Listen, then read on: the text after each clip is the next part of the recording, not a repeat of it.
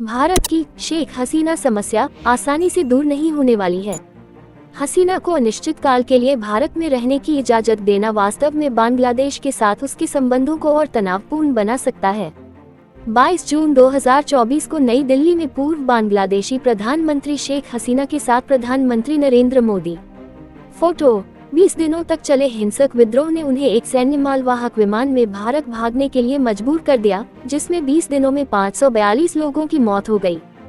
साल दर साल south block ने हसीना की निरंकुश सरकार की ओर से आंखें मूंद ली, जिसने उसके साथियों को देश से अनुमानित $150 बिलियन की निकासी में मदद की।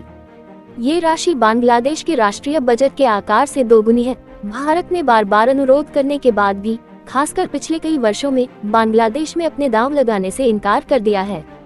हसीना के शासन के दौरान नरेंद्र मोदी सरकार ने कभी भी बांग्लादेश या उसके लोगों से दोस्ती करने की कोशिश नहीं की, बल्कि वह हसीना और अवामी लीग की खातिर भारत की सद्भावना और प्रबुद्ध राष्ट्रीय हित को जोखिम में डालने के लिए तैयार थी। जब संयुक्त राज्य अमेरिका ने बांग्लादेश में मानवाधिकार उल्लंघनकर्ताओं को दंडित करने की कोशिश की, तो भारत ने वाशिंगटन में पैरवी की ताकि अमेरिका ने हसीना को कुछ राहत दी। दिल्ली ने अमेरिका से कहा कि भारत एक रणनीतिक भागीदार के रूप में तब तक नहीं ले सकता जब तक भारत और अमेरिका के बीच किसी प्रकार की रणनीतिक सहमति है। 19 जुलाई को, जिस दिन 75 लोग ज्यादातर पुलिस की गोलीबारी में मारे गए, दुनिया के सबसे बड़े लोकतंत्र के विदेश मंत्री डॉक्टर एस जयशंकर ने इसे बांग्लादेश का आंतरिक मामला कहा। नोबेल पुरस्कार विजेता मोहम्मद यूनुस द्वारा बांग्लादेश की दूसरी आजादी कहे जाने वाले जन विद्रोह में हसीना की हार के अगले दिन जयशंकर संसद में अपने भाषण में ये देखने में असफल रहे कि भारत के पड़ोसी देश के लोग दक्षिण एशिया में भारत के सबसे करीबी सहयोगी के खिलाफ एकजुट क्यों हो गए हैं। आत्मावलोकन के बजाय भारतीय मीडिया में कुछ लोगों ने हसीना के पतन के पीछे सामान्य संदिग्धों पाकिस्तान, चीन और अमेरिका को पाया। ये वास्तव में विडंबनापूर्ण है कि प्रशांत क्षेत्र में शीत युद्ध 2.0 के गठन में प्रतिद्वंद्वी चीन और अमेरिका दोनों को छोटे बांग्लादेश में सहयोगी के रूप में देखा जाता है। पाकिस्तान की संलिप्तता भी हास्यास्पद है। पिछले दिसंबर में बांग्लादेश ने प्रति व्यक्ति सकल घरेलू उत्पाद में पाकिस्तान और भारत दोनों को पीछे छोड़ दिया और देश की औसत आयु 26 वर्ष है। जनरल जेड के सदस्य जिन्होंने हसीना को सत्ता से बाहर करने का नेतृत्व किया, उनकी सामूहिक स्मृति में 1971 और स्वतंत्रता संग्राम नहीं है। भारत और पाकिस्तान वे केवल दो देश हैं जिनके बारे में आमतौर पर मीम्स बनाए जाते हैं। भारतीय मीडिया में कुछ लोगों ने अपने एजेंडे को पूरा करने के लिए अवामी लीग के बाद बांग्लादेश में हिंदुओं पर हमलों के पैमाने को बढ़ा चढ़ाकर पेश किया।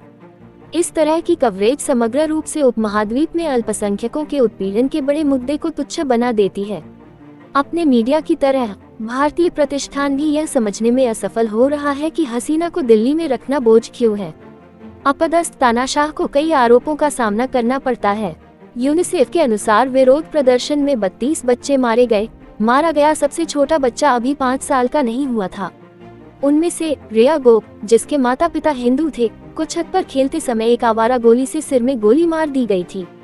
इन अमानवीय कृत्यों में जिस व्यक्ति की कमान जिम्मेदारी निर्विवाद है, उसकी रक्षा करना और उसे आश्रय देना असंभव है।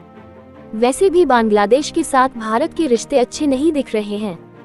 हसीना के लिए इसके वर्षों के समर्थन के कारण आम बांग्लादेशियों को भारत को अवामी लीग से अलग करना मुश्किल हो रहा है। हसीना के पतन के कुछ घंटों बाद ढाका शहर में इंदिरा गांधी सांस्कृतिक केंद्र को आग लगा दी गई।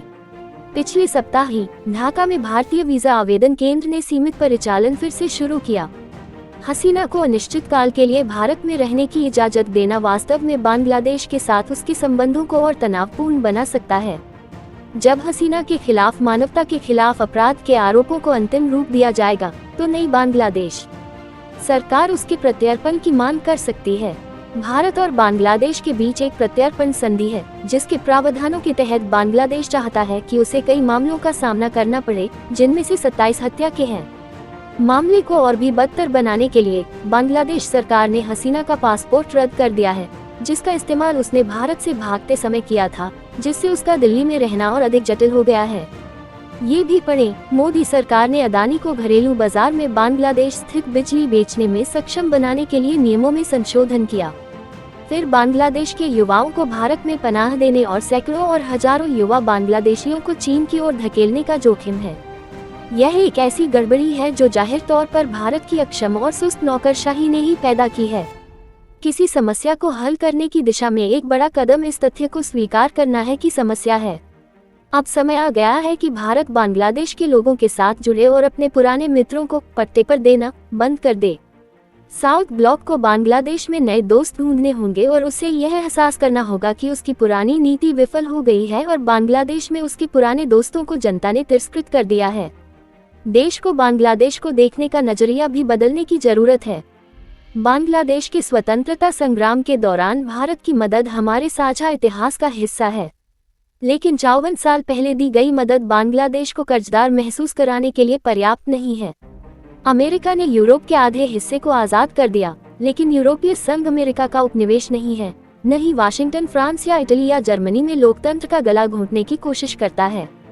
यदि भारत एक क्षेत्रीय महाशक्ति बनना चाहता है तो उसके विदेश नीति अभिनेताओं को एक की तरह काम करना होगा। सामान्य बांग्लादेशी भारत के दुश्मन नहीं है, समस्या भारतीय प्रतिष्ठान है। अहमद हुसैन एक बांग्लादेशी लेखक और पत्रकार हैं।